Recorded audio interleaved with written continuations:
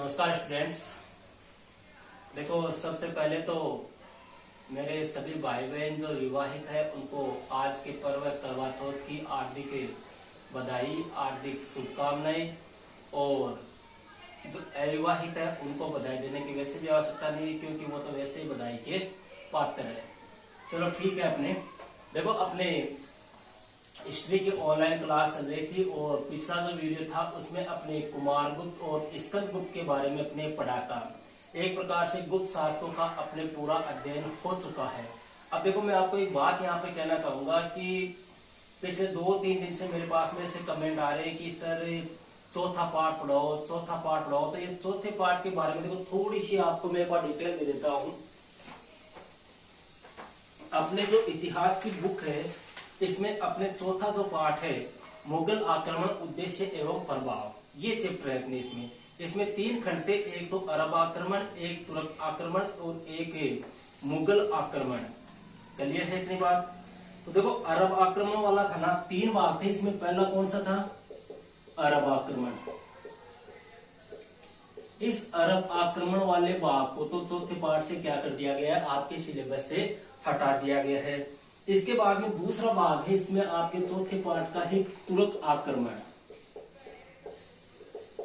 देखो, तुर्क आक्रमण जो है इसमें अपने कौन कौन से पार्ट रखे हैं आपके। इसमें देखो 4 शासकों के नाम है, पृथ्वीराज चौहान, हमीरदेव, रावल रतन सिंह और कुंभा।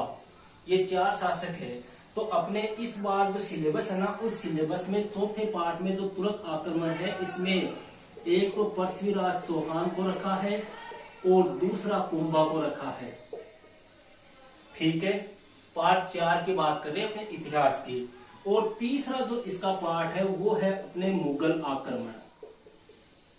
मुगल आक्रमण वाले को पूरा एज टू एज रखा है, ऐसा का ऐसा, उसमें कोई चेंजिंग नहीं किए। मुगल आक्रमण वाले में देखो कौन कौन से शासक है। राणा सांगा है आपकी, चंद्रसेन है, प्रताप है और दुर्गादास है, शिवाजी है और पेशवा है। ये है आपका चैप्टर 4। चौथा चैप्टर में ये सारी चीजें आपके हैं। अरब आक्रमण अपने है नहीं। अब देखो, कई कहते हैं सर ये चौथा पार्ट हो, तो मैं आपको बता दूं कि अपने जो चौथे पार्ट के लगभग वीडियो मेरे पहले के बनाए हुए हैं। कौन कौन से बनाए हैं? पृथ्वीराज आपको मिल जाएगा, प्लेलिस्ट में देख लेना आप। राणा सांगा मिल जाएगा, चंद्रसेन मिल जाएगा, प्रताप मिल जाएगा, शिवाजी मिल जाएगा, पेशवा मिल जाएगा। बचे कितने? एक तो दुर्गादास और एक महाराणा कुंभा। ये 2 ही तो बचे हैं। तो चौथा पार्ट तो अपने कंप्लीट ही है। पढ़ाना क्या है, मैं तो ये कह रहा हूँ, ये 2 टॉपिक है, महाराणा कुंभा और दुर्गादास है। दोनों को 2 वीडियो में निपटा देंगे अपने, कोई दिक्कत ही नहीं है इसमें। लेकिन आप लोग डिस्क्रिप्शन में देखो, मैं हर वीडियो में कहता हूं कि कुछ वीडियो में मेरी डिस्क्रिप्शन में प्लेलिस्ट की लिंक दी हुई है, जिसमें 12वीं क्लास के पॉलिटिकल के और हिस्ट्री के वीडियो की लिंक है। आप उस लिंक से जाकर प्लेलिस्ट में वीडियो देख लो। वहां पे आपको ये चौथे पार्ट की अपनी हिस्ट्री की जो प्लेलिस्ट है उसमें आपको ये वीडियो मिल जाएंगे। चौथा पार्ट एक प्रकार से अपने कंप्लीट है, कोई दिक्कत नहीं है, क्योंकि ये काफी इंटरेस्टिंग पार्ट था, इंटरेस्टिंग चैप्टर था, इसलिए इसकी वीडियो पहले बना चुका हूँ। आज से लगभग 6-7 महीने पहले, अपने मार्च के आसपास ही मैंने इसकी वीडियो बना दिए थे। ठीक है, तो प्लेलिस्ट में आप ये देख सकते हो। अब अपने देखो जो चल रहा था गुप्त काल की बात करते हैं अपने। देखो, गुप्त काल में सबसे पहले अपने बात करेंगे गुप्तकालीन साहित्य की। सबसे मेन टॉपिक यही है, गुप्तकालीन साहित्य। देखो, गुप्तकालीन साहित्य में अपने 3-4 अपने कवि लेखक हुए हैं, उनकी चर्चा करते हैं। प्रमुख साहित्यिक रचनाओं की अपने चर्चा करते हैं। तो देखो, इनमें गुप्तकालीन साहित्य में सबसे पहले अपने बात करते हैं किसकी? कालिदास की। कालिदास, आपको पता हो चंद्रगुप्त द्वितीय जो था, विक्रमादित्य था, उसका नवरत्न भी था, ये उसके दरबार में भी था। एक आपको ट्रिक बताई थी, DSV KAB, चंद्रगुप्त द्वितीय के नवरत्नों की। अब देखो, ये कालिदास जो है, इस कालिदास ने गुप्तकालीन साहित्य में सबसे प्रमुख नाम जो है वो इसी कालिदास का आता है। और एक चीज और ध्यान देना, गुप्तकालीन जो साहित्य है ना, वो कौन सी भाषा में लिखा गया? पूरा का पूरा साहित्य चाहे वो जैन ग्रंथ हो, चाहे बौद्ध ग्रंथ हो, चाहे कोई भी हो, सारा का सारा साहित्य ना वो संस्कृत भाषा में लिखा गया है। इसलिए गुप्तकालीन साहित्य जो है इसे संस्कृत भाषा का स्वर्ण युग कहा जाता है। अब कालिदास की अपनी बात करते हैं। देखो कालिदास की अपनी डिटेल से बता दूं, सबसे पहले तो इसकी बात करते हैं इसके नाटकों की।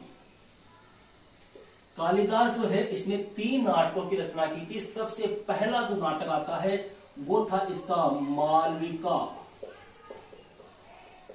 अग्निमित्रम।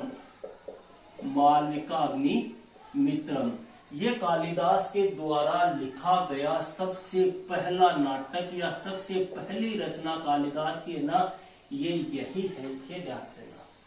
दूसरा इसका नाटक जो है वो है विक्रमो वर्षियम। और तीसरा जो नाटक है जो कालिदास का सबसे फेमस नाटक है अभिज्ञान शाकुंतलम। ये सारे के सारे जो नाटक है, तीनों नाटक जो है इनकी रचना किस काल में हुई थी? गुप्त काल में हुई थी। और तीनों की लैंग्वेज कौन सी है? संस्कृत है। देखो इसी नाटक की वजह से कालिदास फेमस हुआ था। ये कालिदास की सबसे प्रसिद्ध रचना है और इसी रचना के कारण कालिदास को भारत का शेक्सपियर कहा जाता है। काफी अच्छा क्वेश्चन है, ध्यान रखना। इससे पूछ ले कि वह कौन सा नाटक है जिसके कारण कालिदास को भारत का शेक्सपियर कहा जाता है, तो कौन सा नाटक है? अभिज्ञान शाकुंतलम। कोई दिक्कत नहीं है। अब इसके अलावा बात करते हैं नाटकों के बाद में कालिदास जो है इसने महाकाव्य भी लिखे थे। महाकाव्य कितने लिखे थे? 2 लिखे थे। एक का नाम था रघुवंश और दूसरे का नाम था अपने कुमार संभव। ये 2 क्या लिखे थे? इसने महाकाव्य लिखे थे। इसमें देखो सबसे मेन है रघुवंश। रघु किसको कहा गया है? इसमें कालिदास ने रघु कहा है समुद्रगुप्त को, ध्यान रखना। और इस नाटक में कालिदास ने समुद्रगुप्त की इस महाकाव्य में कालिदास ने समुद्रगुप्त की विजयों का क्या किया है? उल्लेख किया है। और सबसे मेन बात यह कालिदास की अंतिम रचना है। देखो 3 क्वेश्चन हो गए। सबसे पहली रचना मालविका अग्निमित्रम, सबसे फेमस अभिज्ञान शाकुंतलम और सबसे अंतिम कौन सी है? महाकाव्य है रघुवंश। इसके अलावा कालिदास ने 2 खंड काव्य भी लिखे थे। 2 खंड काव्य लिखे थे। एक का नाम था आपके मेघदूत। देखो इस मेघदूत में एक विरही यक्ष जो है इसके द्वारा यक्षिनी को ढूंढने की कथा है।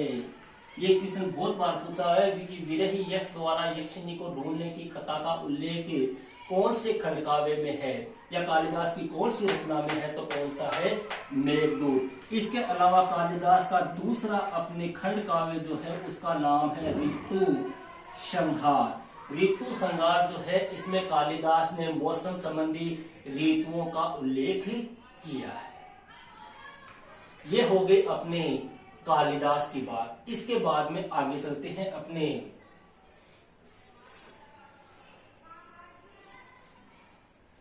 दूसरा जो अपने साहित्यकार आता है अपने, वो है कालिदास के बाद में दूसरा साहित्यकार अपने था विशाख दत्त। देखो विशाख दत्त की बात करते हैं। विशाख दत्त जो है इसने 2 साहित्यिक रचनाएं लिखी थी। पहली रचना थी इसकी मुद्रा राक्षस और दूसरी इसकी रचना जो है वो है देवी चंद्रगुप्तम। ये दोनों रचनाएं जो है वो किसने लिखी थी? विशाख दत्त ने लिखी थी। देखो इस मुद्रा राक्षस की बात करते हैं।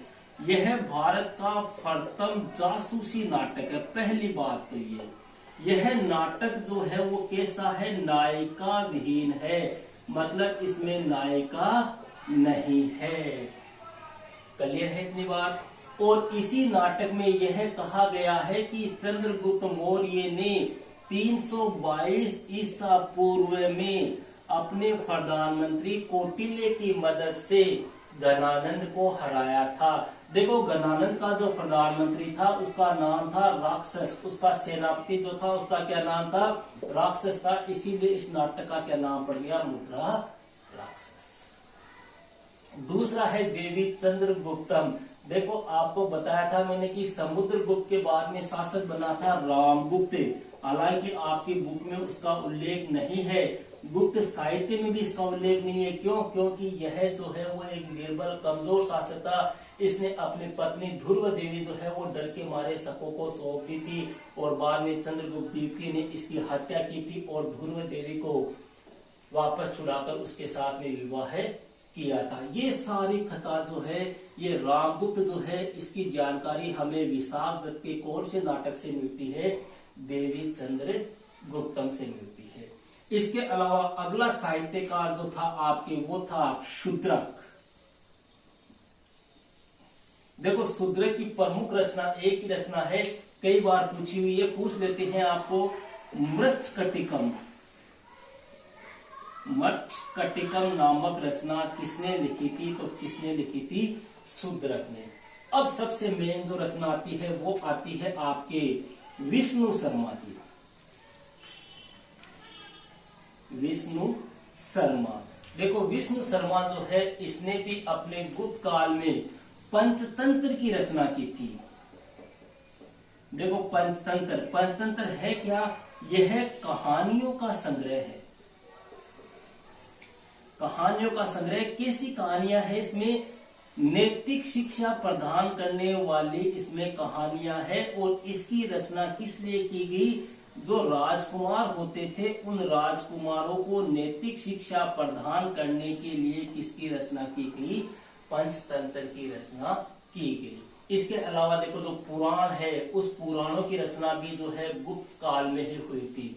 लोमहर्ष और उसके पुत्र उग्र सर्वा 18 जो पुराण है, इसके अलावा रामायण जो है, महाभारत है, गीता है, ये सारा का सारा साहित्य जो है वो किसका है, गुप्तकालीन साहित्य के अंतर्गत आता है। क्लियर है इतनी बात। अब बात करते हैं अपने साहित्य के बाद में अपने देखते हैं आगे चित्रकला। देखो मेन टॉपिक आपका साहित्य है, इसमें आपको रचनाएं देगा अगला और ये पूछेगा कि यह रचना किसकी है, यह रचना किसकी है। जैसे दे दिया देवी चंद्रगुप्तम नामक नाटक की रचना किसने की, मृच्छकटिकम नामक नाटक किसने लिखा, या पंचतंत्र किसने लिखा। ये कुछ ऐसी रचनाएं हैं जिसके बारे में आपको पूछा जा सकता है। ये मृच्छकटिकम जो है ना, इसमें अपने एक दरिद्र ब्राह्मण है चारुदत्त और उसकी एक प्रेमिका थी, एक गणिका थी, वेश्या थी, इसका नाम था बसंत सेना।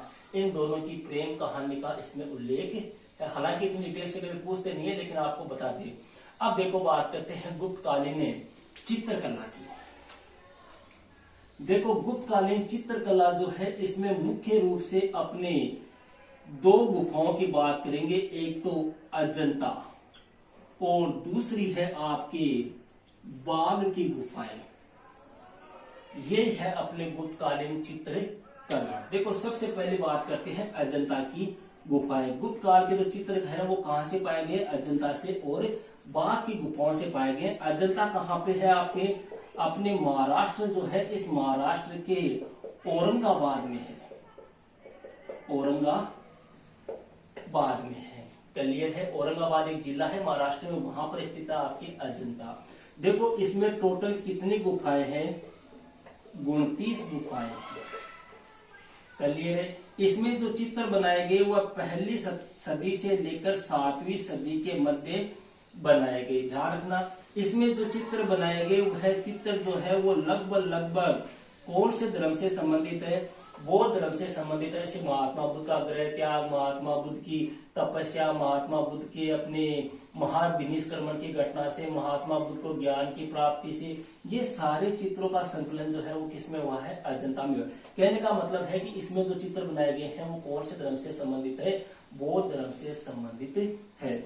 यहाँ पर देखो जो 29 गुफाएं हैं उनमें सबसे प्राचीन जो गुफा है, अब 3 किस्म बता रहा हूं, तीनों ही मोस्ट है। सबसे प्राचीन जो गुफा है वो कौन सी है, गुफा संख्या 13 और गुफा संख्या 16 जो है, ये क्वेश्चन भी बहुत बार पूछा हुआ है, इसमें जो चित्र है वह कौन सा है, मरणासन राजकुमारी का चित्र जो है वो गुफा संख्या 16 में है।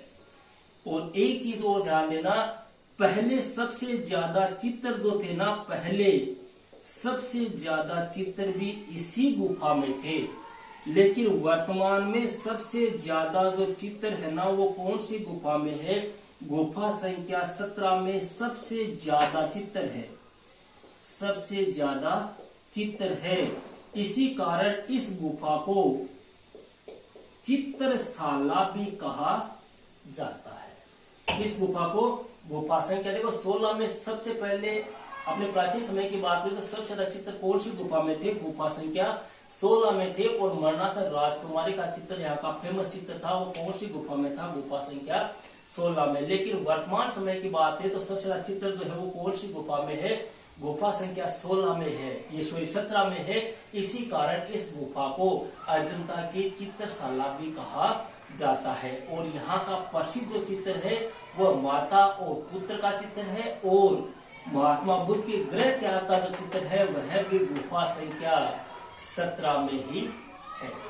क्लियर है? क्वेश्चन पूछते हैं अजंता की गुफाओं में चित्र कौन से धर्म से संबंधित है, बौद्ध धर्म से संबंधित है। क्लियर है? वर्तमान में मात्र 6 गुफाएं बची है जिनके ऊपर चित्र है, बाकी लगभग क्या हो चुकी है, नष्ट हो चुकी है। बात करते हैं बाघ की गुफाओं की। देखो बाघ कहाँ पर पड़ता है, आपके बाघ की गुफाएं हैं आपके मालवा में, और मालवा कहाँ पे पड़ता है, एमपी में पड़ता है। यहाँ से कितनी गुफाएं मिली है, 9 गुफाएं मिली है। यहाँ की जो चित्र है वो कैसे है, जन सामान्य से संबंधित चित्र है। जन सामान्य का मतलब हो गया अपने मनोरंजन से संबंधित, अपने संगीत से संबंधित, अपने शिक्षा से संबंधित, अपने आमोद प्रमोद से संबंधित जो चित्र है वो कहां पर बनाए गए हैं, बाघ की गुफाओं में बनाए गए हैं। क्लियर है इतनी बात? ये हो गई अपने गुप्तकालीन चित्रकला। अब बात करते हैं गुप्तकालीन मूर्ति कला की।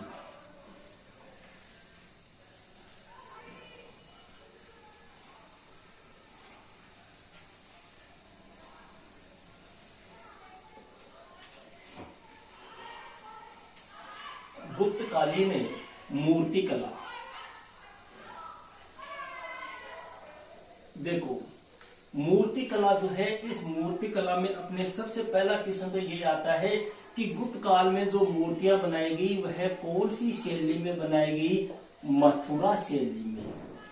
मथुरा शैली का मतलब हो गया कि इस शैली के जो चित्र होते हैं ना वो सरल होते हैं, सिंपल होते हैं, और कैसे पत्थर से बनते हैं, लाल पत्थर से बनते हैं। इसमें आध्यात्मिकता होती है, आध्यात्मिकता। और जिस व्यक्ति के चित्र बनाए जाते हैं वह किसी न किसी प्रकार की चिंतन मुद्रा में होता है। चिंतन मुद्रा का मतलब कोई पद्मासन मुद्रा है या कोई अपने आध्यात्मिक मुद्रा है, इसमें से बैठा हुआ, आंखें बंद की हुई, कोई तपस्या करता हुआ, इस प्रकार के चित्र अपने कौन सी शैली में होते हैं, मथुरा शैली में। मतलब यह एक प्रकार से भारतीय शैली है। भारतीयकरण जो है वो मथुरा शैली में ही पाया जाता है। अब देखो इसमें जो चित्र बनाए गए वो चित्र कौन कौन से हैं। सबसे पहले बात करते हैं महात्मा बुद्ध की मूर्तियां, शिव चित्र नहीं, मूर्तियां कौन शैली में बनाएगी, मथुरा शैली में बनाएगी। महात्मा बुद्ध की मूर्तियों की बात करते हैं। अपने महात्मा बुद्ध की मूर्तियां जो है वो कहां कहां से मिली है। देखो आपको 3 मूर्तियां बताऊंगा और तीनों में से एक क्वेश्चन लगभग पूछा जाता है, चाहे वो बोर्ड एग्जाम हो और कंपटीशन एग्जाम में, तो हर साल मूर्ति कला से और साहित्य से क्वेश्चन आते हैं।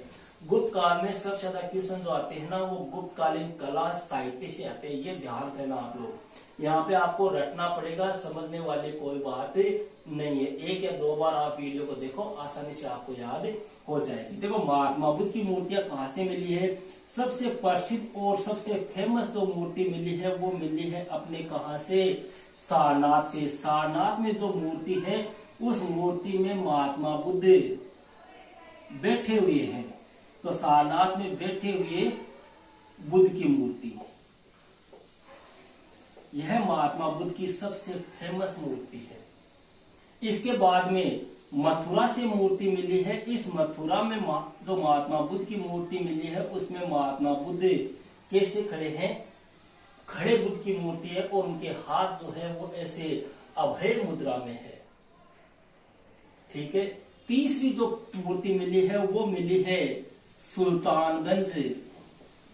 सुल्तानगंज कहां पड़ता है, अपने बिहार में। यहां से भी महात्मा बुद्ध की खड़े बुद्ध की मूर्ति मिली है। मतलब महात्मा बुद्ध कैसे हैं, खड़े हैं। और इस मूर्ति की खास बात यह है, यह मूर्ति 7.5 फीट तो ऊंची है और इसका वजन जो है वो कितना है, 1 टन है। और यह कौन सी धातु की बनी हुई है, ताम्र धातु की बनी हुई है। कर लिए है इतनी बात। इसके अलावा महावीर स्वामी जो है जैन धर्म में, इस महावीर स्वामी की भी अपने गुप्त काल में मूर्ति बनाई गई थी, जो कहां पर बनाई गई थी, मथुरा में बनाई गई थी। मथुरा से महावीर स्वामी की क्या मिली है, मूर्ति मिली है। इसके अलावा मथुरा से ही विष्णु की रत्न जड़ित मूर्ति मिली है, अर्थात रत्नों से उसको सजाया गया है। ये है आपकी गुप्तकालीन मूर्ति कला। अब अंतिम टॉपिक जो बचता है वो है गुप्तकालीन वास्तुकला। वास्तुकला की बात और कर लेते हैं अपने। देखो वास्तुकला, गुप्तकालीन वास्तुकला।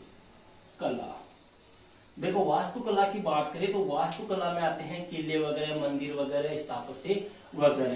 तो देखो गुप्त काल में जो मंदिर थे उन मंदिरों का निर्माण जो है वो कौन सी शैली में होता था, नागर शैली में होता था। देखो मूर्तियां तो कौन सी शैली में बनी थी, मथुरा शैली में। और मंदिर जो है उनका निर्माण कैसे हुआ था, नागर शैली में हुआ था। नागर शैली का मंदिर का मतलब हो गया एक ऊंचे चबूतरे के ऊपर ये मंदिर होते थे और मंदिर में क्या होता, गर्भगृह होता, उसमें सभा मंडप भी होता, मतलब सामने बैठने के लिए बरामदा होता था जहां पर बैठते थे। गर्भगृह का मतलब होता है जहां पर मूर्ति रखी जाती है, मतलब मेन मंदिर जहां पे मूर्ति विराजित की जाती है।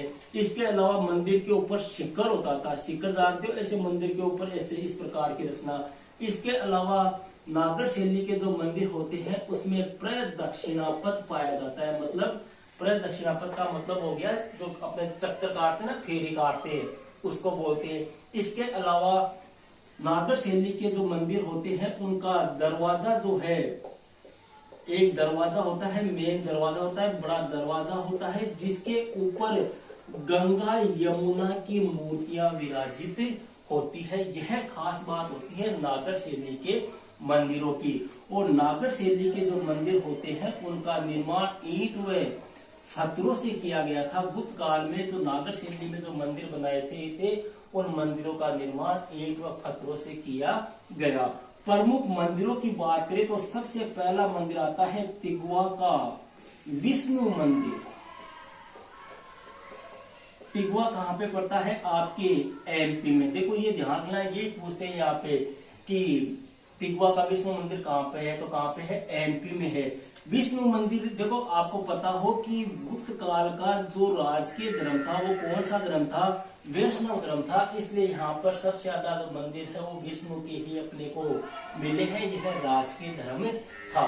इसके अलावा भूमरा का शिव मंदिर, भूमरा का शिव मंदिर यह भी गुप्त कालीन मंदिर है, ध्यान रखना, भूमरा का शिव मंदिर। इसके अलावा नाचना कुटार का पार्वती मंदिर, यह मंदिर भी कैसा है, अपने नागर शैली में बना हुआ है। इसके अलावा देवगढ़, देवगढ़ कहां पे पड़ता है, आपके यूपी में। यहाँ का मंदिर है दशावतार मंदिर, सबसे फेमस मंदिर, सबसे मेन क्वेश्चन आपके वास्तुकला का यही है। देवगढ़ का दशावतार मंदिर का निर्माण किस काल में करवाया गया, गुप्त काल में। कौन सी शैली में बना हुआ है, नागर शैली में। और इस मंदिर की खास बात यह है कि इस मंदिर में कितनी मूर्तियां रखी हुई है, 5 मूर्तियां रखी हुई है। अर्थात यह मंदिर कैसा हो गया, पंचायतन शैली का मंदिर हो गया। क्यों, क्योंकि 5 मूर्तियां हैं, इसलिए इस मंदिर को अपने पंचायतन शैली का मंदिर भी कहा जाता है। क्लियर है इतनी बात। ये हो गया अपने गुप्तकालीन कला, साहित्य और विज्ञान से संबंधित टॉपिक। ओके, तो मिलते हैं नेक्स्ट वीडियो में एक नेक्स्ट चैप्टर के साथ।